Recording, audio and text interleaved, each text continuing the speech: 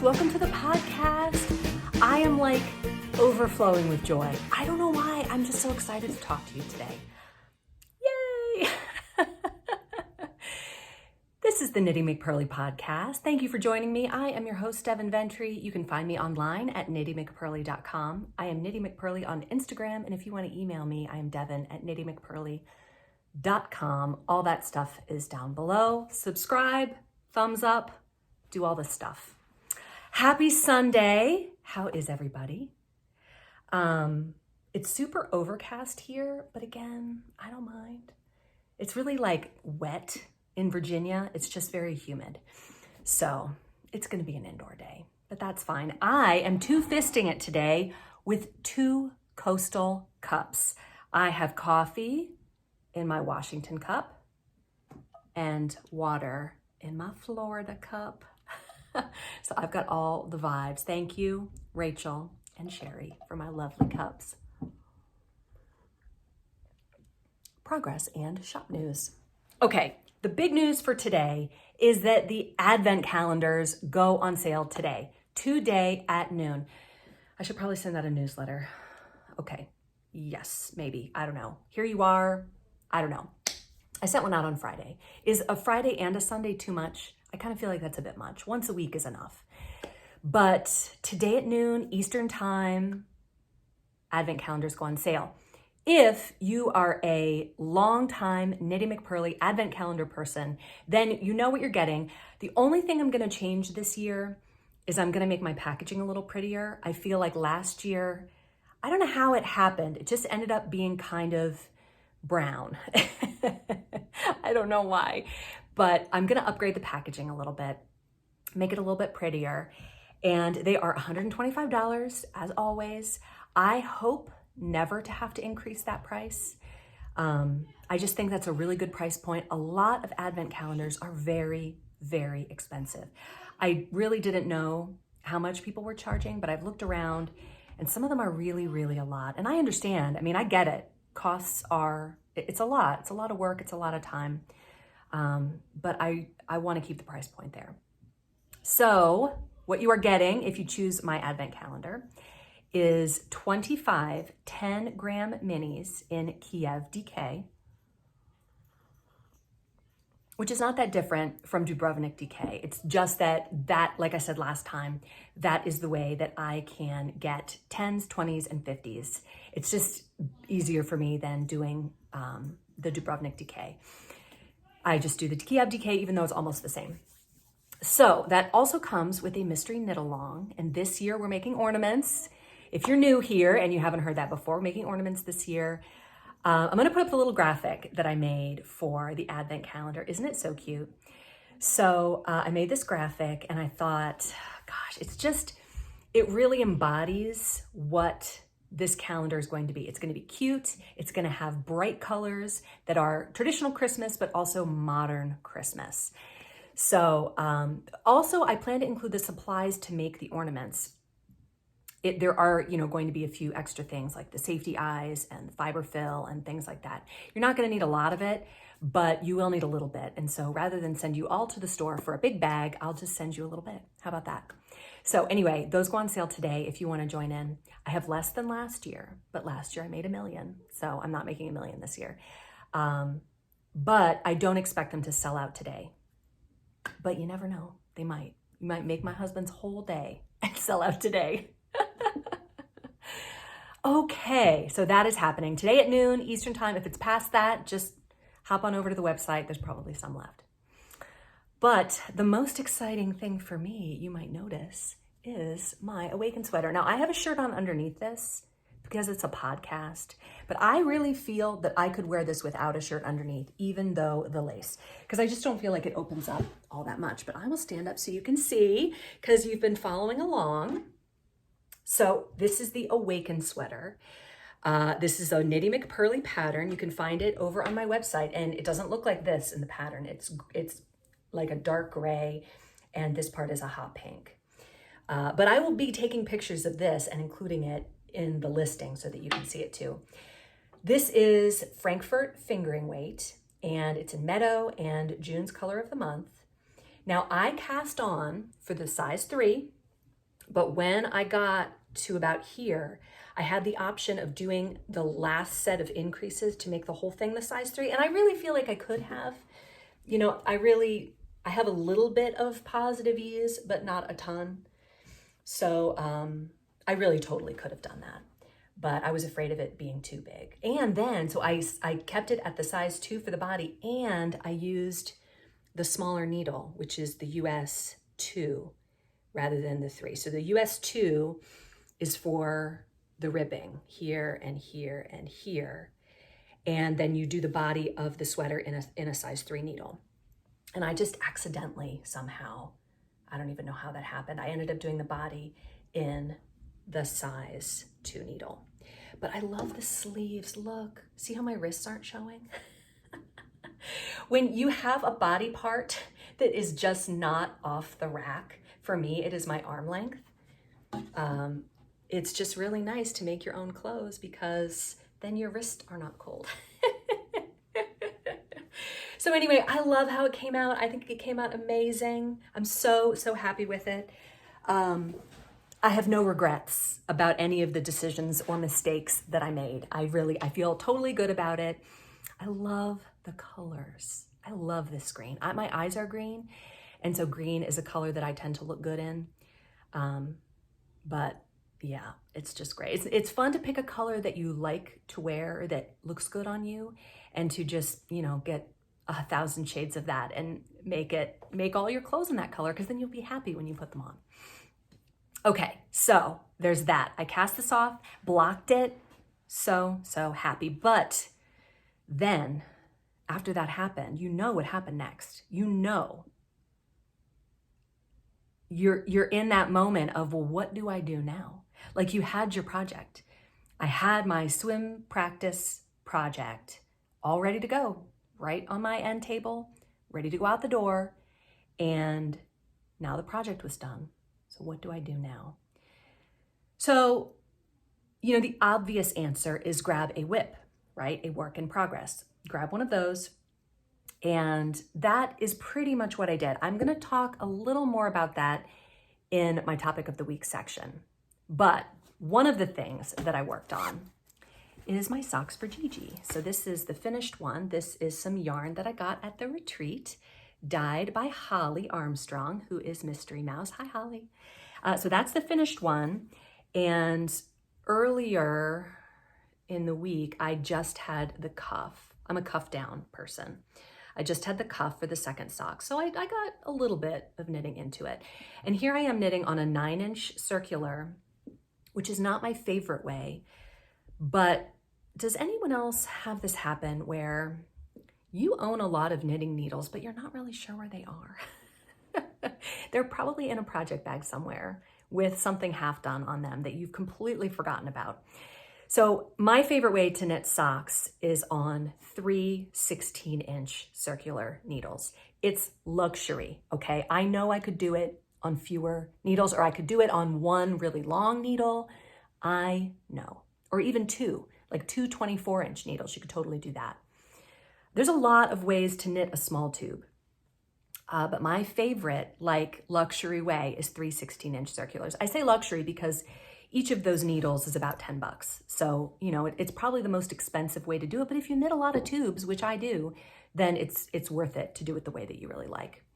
I've got the Flexi Flips, and I've got some other, I think it's a Chow Goo. It is, because it's got the red cord, where it's like a 9-inch. I think it's short, I can't remember, but it's just got a little tiny cord in there. I have that. I have all the things. I've got the DPNs, but this time I'm using this 9-inch circular, which you just keep going around and around. It's like knitting a sleeve on a 16-inch circular. But, the thing that I don't love about it is how short these little needles are. They're just so short. And so you don't really get that, pinky grab like you do on a longer needle.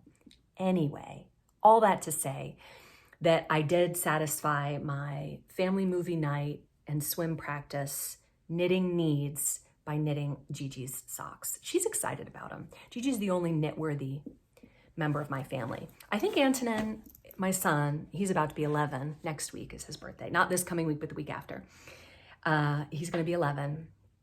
He would be knit-worthy if I made him like a stuffed animal. He is just a sweet, squishy marshmallow. Like if we watch a sad movie, he cries. It's just so sweet. My girls are like, you know, cynical. Like, whatever, this is dumb. Antonin's all, so sweet. Anyway, I think he would be knit-worthy if I knit him a stuffed animal. Now I want to do that. Now I think I need to. So I worked on that. But another thing I want to talk about, and this is not knitting related, but I feel like you're my people and you'll totally get it. It's getting a little bit warm in here. I've got the fan on, but still a little warm. I feel like you're my people and you'll understand. And I feel like you'll be as interested in this as I was. So I have been admiring sneakers like this online for a while now. This brand, Inca's, Instagram has my number, okay? Like they know that if they show me these sneakers, I want them. I love them. I think they're fabulous. They have all these different colors and all these different patterns and they are so cute. But they're like $90 when they're not on sale. And then, you know, they'll have it 25% off, which is about 20 bucks off. So you know what, $70, okay?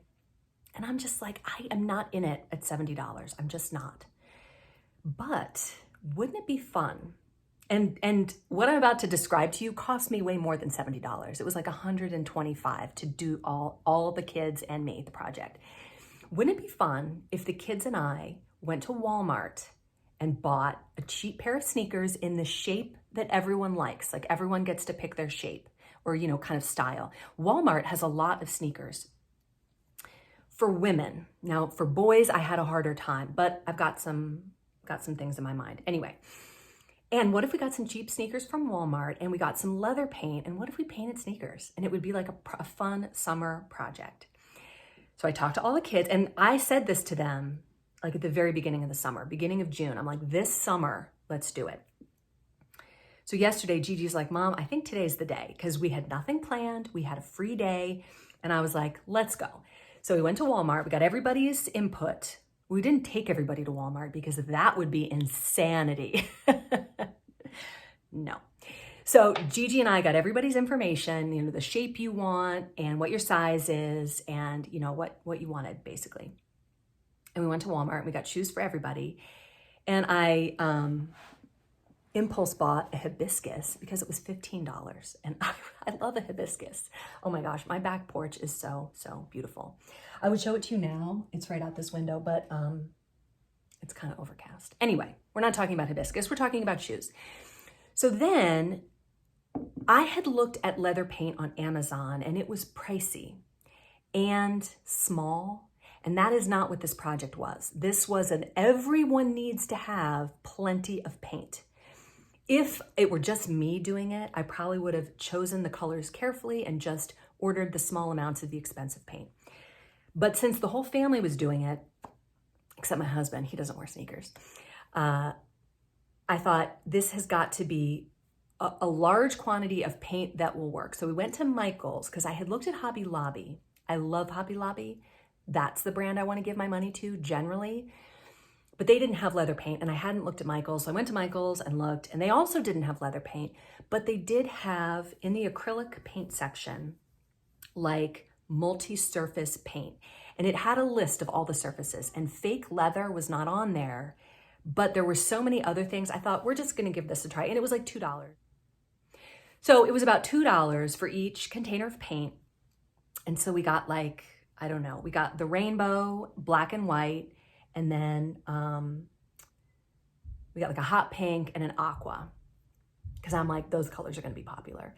And then, you know, we got some palettes and some brushes. So all told, 5 pairs of shoes. And I will link all of the stuff below as best I can, you know, whatever I can find on the Michael's website. But again, you could go to Hobby Lobby because we just use multi-surface acrylic paint. So we did this yesterday and I'm going to show you the shoes. So here is a picture of what the shoes looked like before we painted them. I just took a picture of you know, all of the different pairs, and I took a couple of pictures of the painting process, and we worked outside, which is good because some people paint like instead of hands, they have cloven hooves, and they're just like if a bull in a china shop were painting, that's what they would look like. I'm not gonna name any names, but it was my only son. Okay, so here are some videos of just the painting process.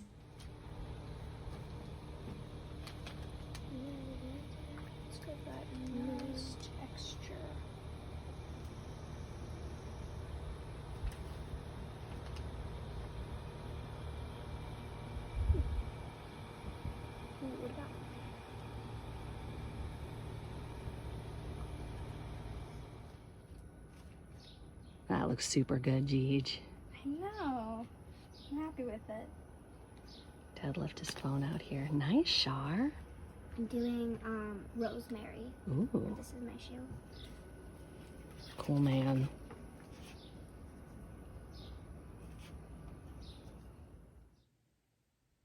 So it was really fun. Alexis is not in the picture because she was at a friend's house yesterday, but she painted hers when she got back. And if I have a picture, I will put one up right here because I don't have hers with me. So we painted them, and as soon as they were dry, some people put theirs on and were wearing them around the house. And we found that the paint was very, very easily scratched, or as the shoe flexed, it kind of would crack. So, and we didn't do anything to prep the shoe either. We probably could have done it with like a rubbing alcohol wipe or something, but we didn't do that. So this morning after Mass, the painted parts, many of us got some clear Mod Podge and Mod Podged over those. Now, I'm telling you all this, but it is untested. Next week, I will give you the update on whether or not this paint choice and the Mod Podge choice worked well. Because I think this is a great, great project for kids. My kids loved it. Even the ones that are not really artistic loved it. I'm gonna start with my son's because he was a mess. He got paint on everything, like every possible surface surrounding him. He was like Pigpen. It was the Pigpen of paint. Paint was on the table, it was on the chair, it was on the deck, it was on his arms, it was on his ears, it was on his ankles, it was everywhere. And I just haven't done a lot of art with him. I don't know. I did so much art with my older two when I was homeschooling them. And I think I'm just tired and old, and now we do less art. But he really has very little finesse with paint.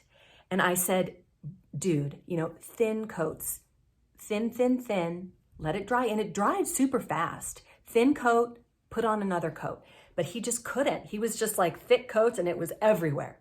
Okay, so my oldest daughter, Alexis, went in and kind of helped him a little bit after the fact. And there were a couple of false starts where it looked bad, and my husband came in with some acetone and removed the paint, and he started again. And it was no big deal. Like, we approached this as an art project.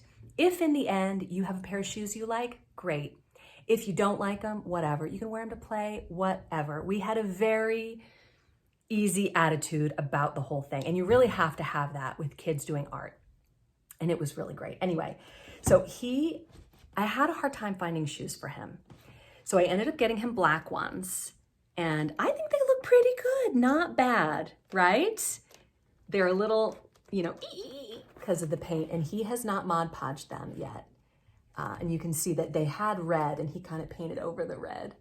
But they came out okay. I don't know how he chose these colors, but whatever. He's happy with them. We really talked him up. We were like, oh, those are so cool, man. Those are awesome.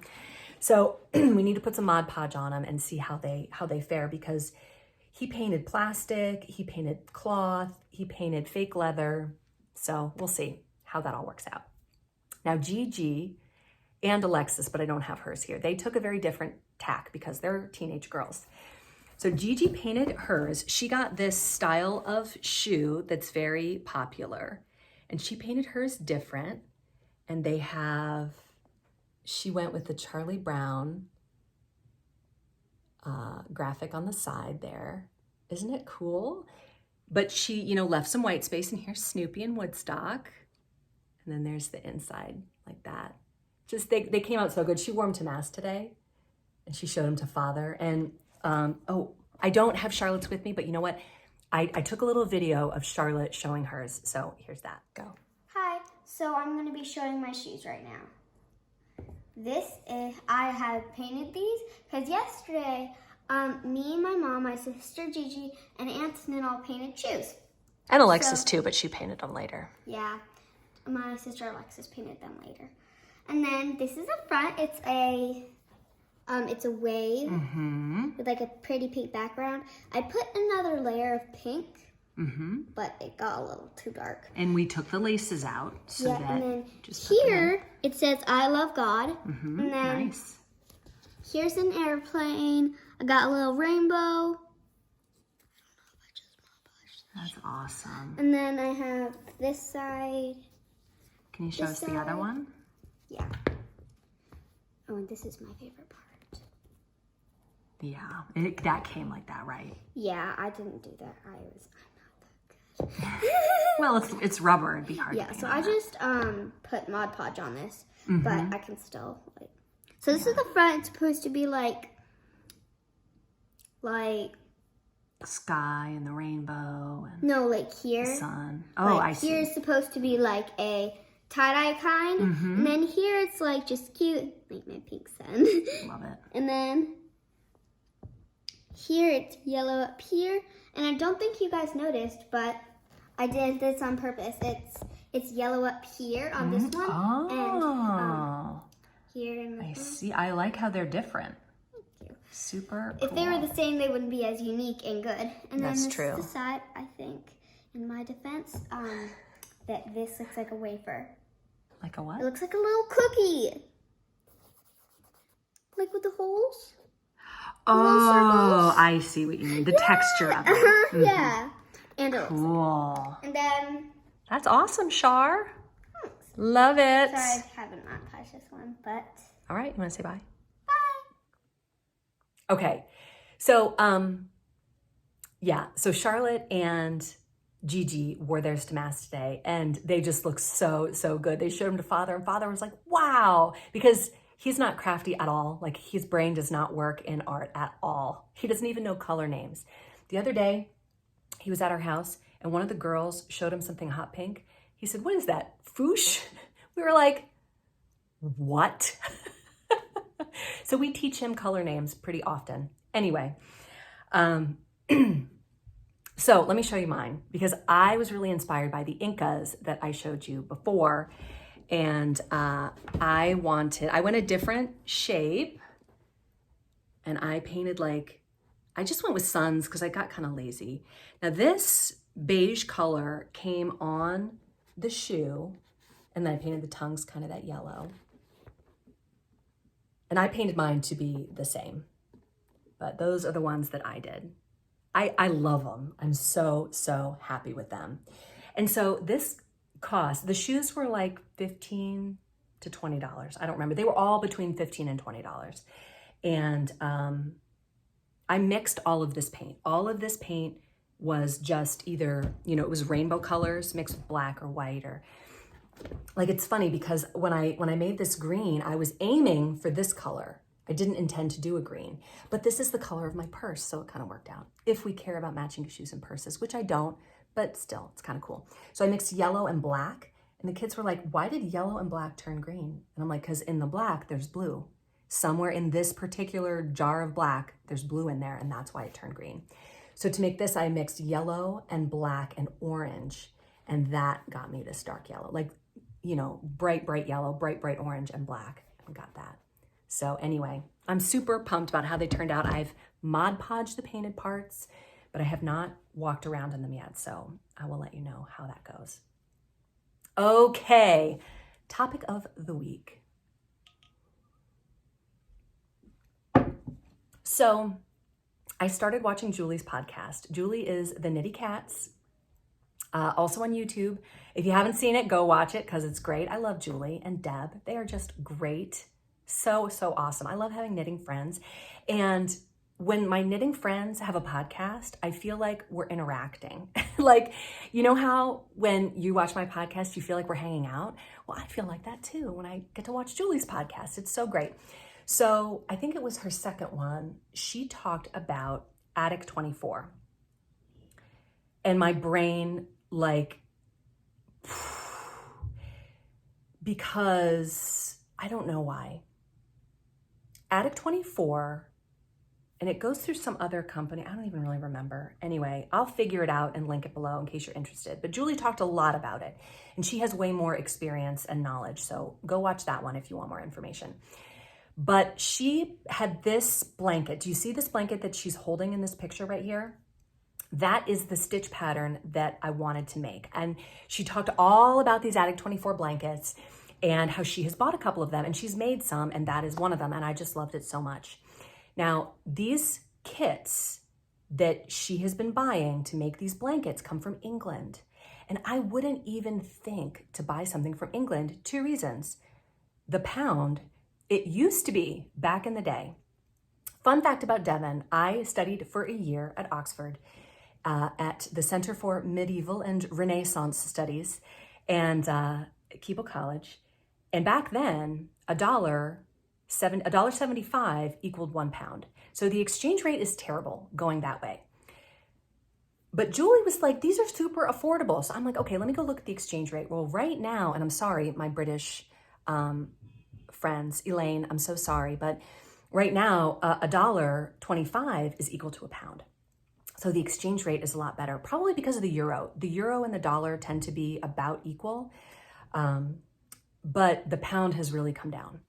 So that made the thing even more affordable. So this affordable kit, and Julie was like, don't worry about ordering from England because the shipping is really reasonable. And the shipping was really reasonable. It was like £5, which is what? Like $7? I mean, I thought that was crazy reasonable. I don't know how they're doing that actually, because I ship a lot of things and I know what it costs, but maybe Royal Mail is super affordable right now. I don't know. Anyway, Julie talked all about these blanket kits, and I went on and got one because the yarn is acrylic.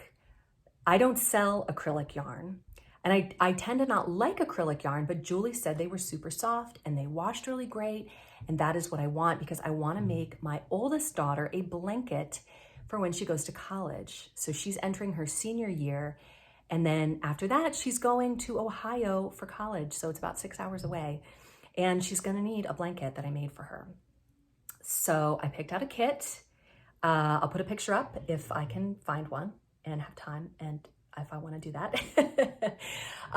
But the colors are just so vibrant. And Julie just talked it up so well that I just was click, click, buy. So I'm really excited about that coming. That's going to be really fun. So topic of the week is crochet and how I feel about it and just whatever I want to say about that. And I wanted to talk about the blanket. The kit has not come yet, but I'm excited for it to come. The other thing that I want to say is about the Fawning Over You sweater.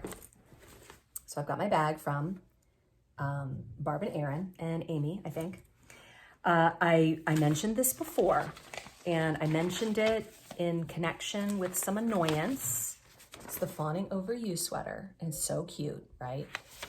But just to catch you up, my annoyance is that it's not easy to work for someone who's at my level of crochet, which is like I'm a beginner. Like I've crocheted for a long time, but I've never done anything fancy. The fanciest thing I've ever done is a hat with a couple different stitch patterns in it. That's it. So I did learn, how to do the band. I learned a lot from making the hat, but this is really a jump in skills. And the annoying part is that you're making stitches that look like knit stitches. And that just feels icky to me. But I love the colors I picked. I have Roxette and Bougie, and this is Warsaw worsted because it's a worsted weight sweater, and Fantine and Trinket. So these are the colors that I used for July's color of the month, which is still available in the shop if you want it. If you like this combination of colors, July's color of the month is still available. So I had this new excitement to work on this sweater. I was like, I'm ready. I'm gonna do it. And so at Swim, I took the project to Swim, and I did 2 more rows or rounds, I guess. And that's as far as I got. And I don't know, like, I guess I see the pattern forming. Maybe when I get better at it, and I have been getting better at it the more I've been doing it, but like I said, I did 2 rounds. It wasn't very much. Once I get better at it and my tension is more even, and you can see I've got the next color starting there. I've got 3 colors going right now. Maybe once I can see the pattern forming, but I put it down in disgust again. But I'm not ready to rip it out and be done with it because it is kind of fun. I don't know. But you can see that they do look like knit stitches. Like, what the heck? If I wanted to knit it, I would just knit it. So I'll be continuing that topic when we get to knitting fantasies. But I know some of you have said, just rip it out, don't be annoyed. And that's good advice. I'm not ready to do that. I'm not ready yet, but I might. We'll see. Okay. Oh, another thing I wanted to show you is I put this on Instagram a few days ago when I was working on my Awaken sweater. I got to like right here and I ran out of yarn. I had another skein, it was no big deal. So I had to join a new skein here just for this last inch of ribbing. So I ended up with like a full cake of the meadow and whatever was left, probably 40 grams was left of the June color. So that's enough for a good pair of socks. But I tried joining the yarn in the way that I mentioned a couple episodes ago. Do you remember Sherry was asking about joining new yarn to avoid the holes at the place where you join the new yarn? Well, I had seen, somebody sent it to me. I'm sorry, I forget who it was, but somebody sent it to me. I think it was on Instagram. It was a link to a video and it showed this technique. So I took a little video, so here it is. Okay, so here you can see that I have run out of yarn and I want to join new yarn in this cool new way that I found on, I think it was Instagram. So I'm gonna take my new yarn and wrap it around my old yarn like that, okay?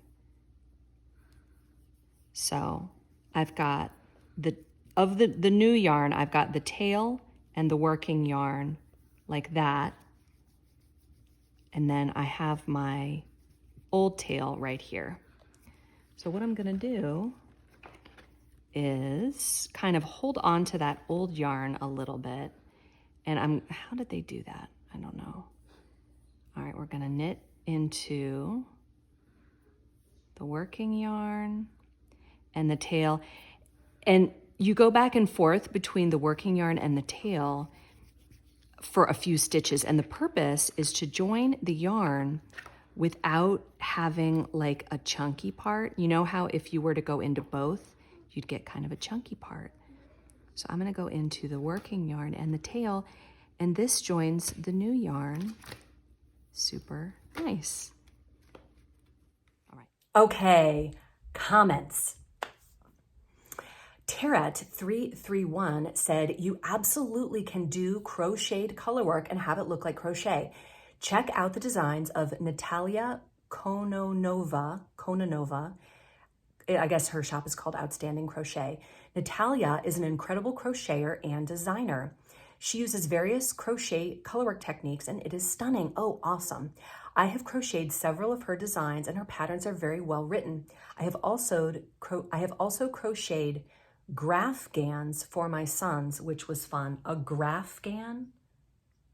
What is that? Someone has to tell me what a graphgan is. Okay. User PL4BS8PG5Y says, my choice for the advent calendar would be the Crazy Collection. Yes. And there has to be an octopus. Oh my gosh. Yes, there has to be an octopus. I have been wanting to order the calendar for my daughter as a Christmas present ever since you started talking about it.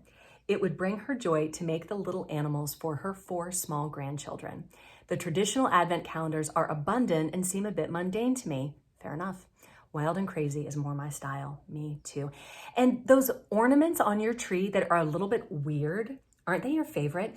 Like, when my oldest daughter was little, my mom and I and her, the 3 of us together, made a bunch of Bible story ornaments out of like craft foam, and they are weird and ridiculous. And we still hang them on the tree. Like, they're so great. My mom made this one of Martha and Mary and Lazarus. And like Lazarus has like all the bandages hanging off of him, and they're all like, it's just so funny. So I think I totally agree with that. Okay.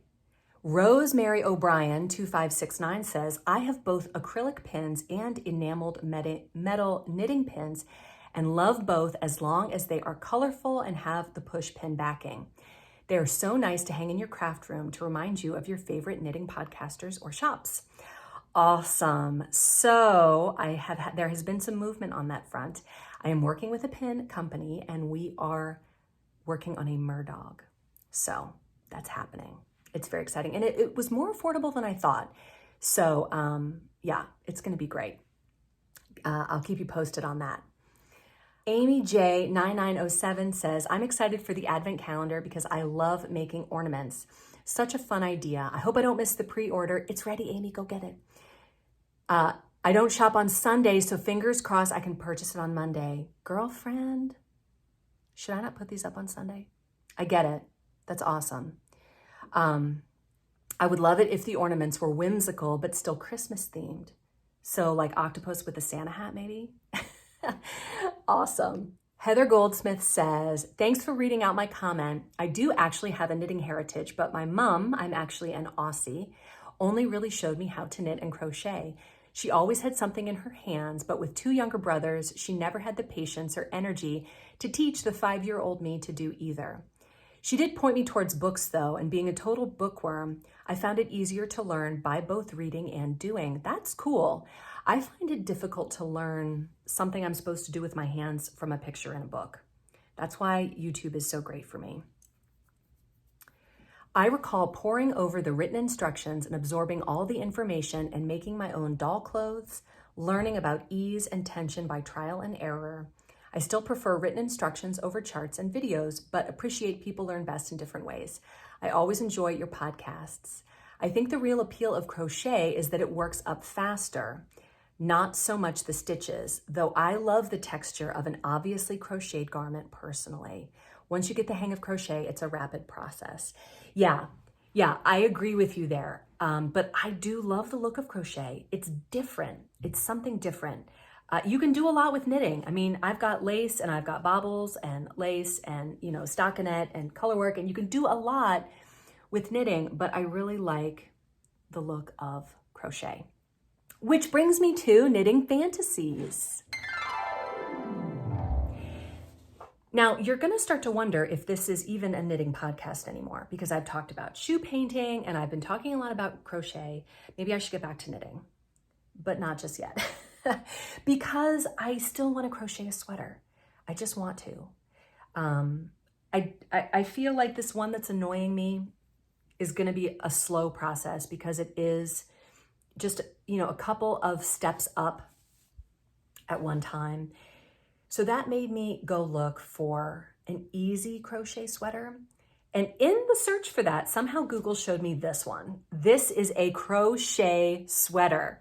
Can you believe it? It is called the Alma Brioche Crochet Sweater by Lillian Bjorn Crochet. And I just wanted to show this to you because this is a total fantasy for me. I mean, this is so many skills beyond where I am in crochet, but I know a lot of you are like avid crocheters. So this exists. She has a lot of different crochet patterns that look like brioche. I mean, really, really amazing. I want to say intricate, but truly I have no idea how she did this. I can knit brioche, and I don't, because it's not worth it to me. I don't know. It's just not my thing. I've done it, and that's fine, and that's good enough for me. But this is really, really amazing. So I passed that up and I went looking for something a little simpler, and I found this one called Sweater Number 16 by Daisy and Peace, and it is a cropped crochet sweater. It's really, really pretty. It is in a sport weight. A lot of crochet patterns are worsted. It's like they just got stuck on this one weight of yarn and just went with it. but I really, really like the lighter weight yarn. And I'm thinking I could totally use the Knitty McPurly Athens alpaca because it would have a little bit of a halo, and that is a sport weight. So maybe. I feel like this sweater is at the level where I am. I'm ready to level up to a sweater, but the color work was just too many things. So as I'm talking, I'm an extrovert. Can you tell? Did you know that I'm an extrovert?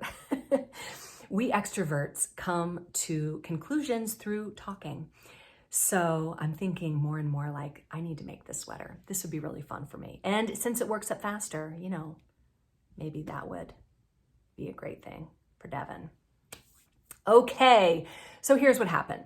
So I've been talking about my level of perseverance a little bit in this podcast. And,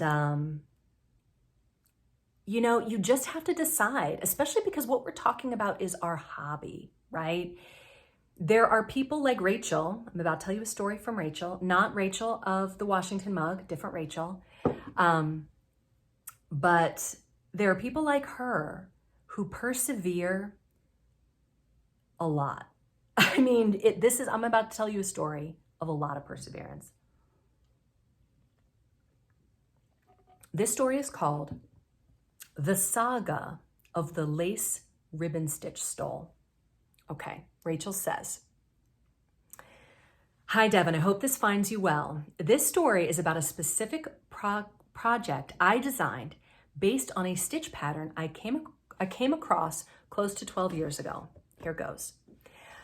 Roughly 12 years ago, I added Barbara Walker's A Second Treasury of Knitted Stitch Patterns to my library. I have that too. I have both of the first two books. As I was flipping through the lace section, I came across the lace ribbon stitch contributed by Pauline Balbus in Hollywood, California. It is a beautifully intricate lace stitch with patterning on both sides of the knitting, and it was quite a bit above my skill level at the time." You're inspiring me, Rachel. "Early last summer, I acquired 1,700 yards of a luxurious lace weight yarn made of alpaca, cashmere, and silk, with the intention of knitting a rather large shawl I saw on the Potter and Bloom knitting podcast. I bought the pattern, read through it, and decided it wasn't for me after all. So what to do with this gorgeous deep plum luxury lace weight yarn? Well, that lace ribbon stitch pattern popped into my head after all these years, and I looked it up in the book again. I read through the pattern and was delighted to discover that I now possessed the mad skills needed to knit it. Completely excited, I caked up one 850-yard skein of my precious yarn from Australia and set about designing a stole. I decided to do 8 repeats of the pattern and border it with seed stitch all around. I cast on with wild abandon on a 2.75 millimeter needle.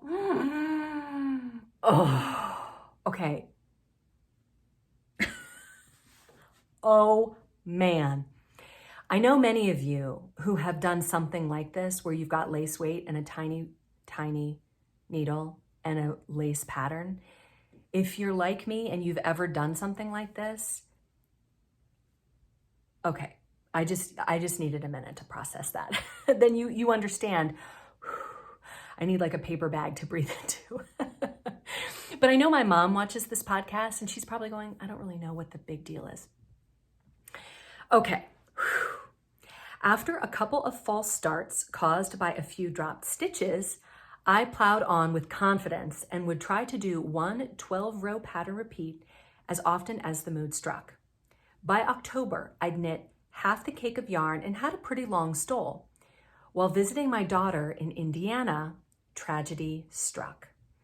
I dozed off, sitting on the couch while mid-row, and was startled awake by a dog jumping onto my lap. Tragically, my left hand jerked the needle out of half of the stitches, causing my careful knitting to unravel several rows down.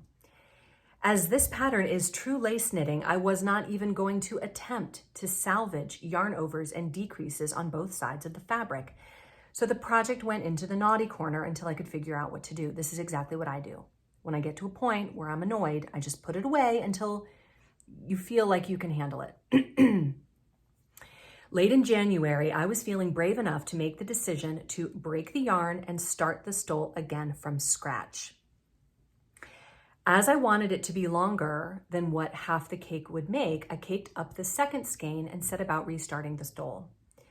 Well, I'm sad to say that I was plagued by mysteriously dropped stitches and wound up restarting my project no less than 7 times. And Rachel, I feel like if this is your level, you must know about lifelines.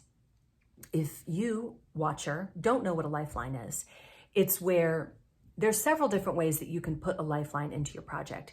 But a lot of, I don't think I have anything here that would help me show you, but a lot of circular knitting needles have a hole where you can thread a piece of embroidery floss or dental floss or any kind of strong thread through. And as you are knitting, it pulls that through so that you have the stitches on a lifeline. And if it unravels, you can unravel back to that point and then you've got everything there. Would definitely recommend doing that. And probably you know about this, Rachel. Rachel is a very accomplished knitter, but for whatever reason, she didn't do it. Let's see. I decided to pause after the 7th fail, and I looked at the picture with greater scrutiny. I realized that the pattern repeats were separated by a type of faggoting stitch I remember seeing in Barbara Walker's first treasury of knitted stitch patterns.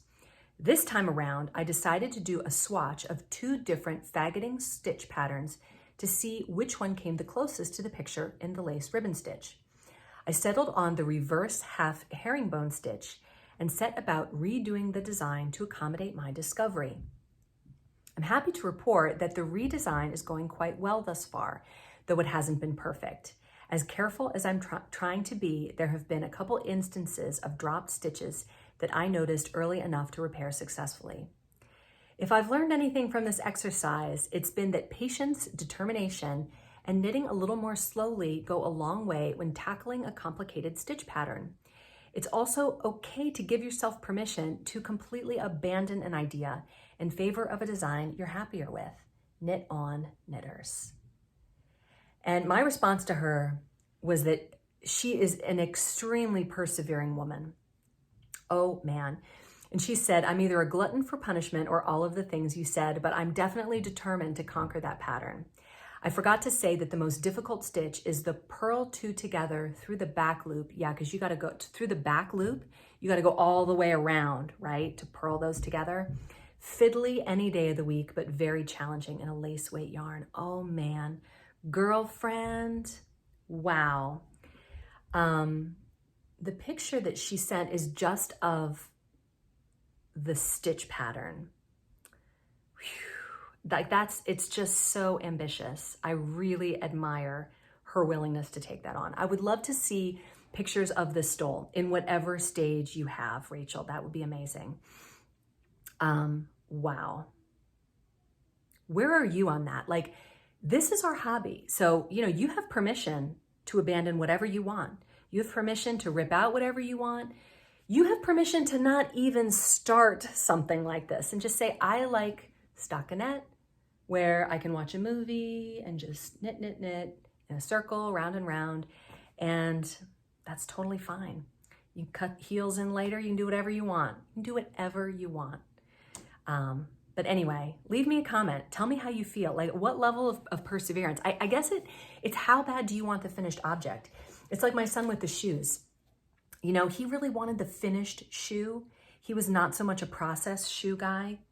Oh, which brings me to, for his birthday, I am going to get him this shoe, which is a women's shoe, but he didn't care.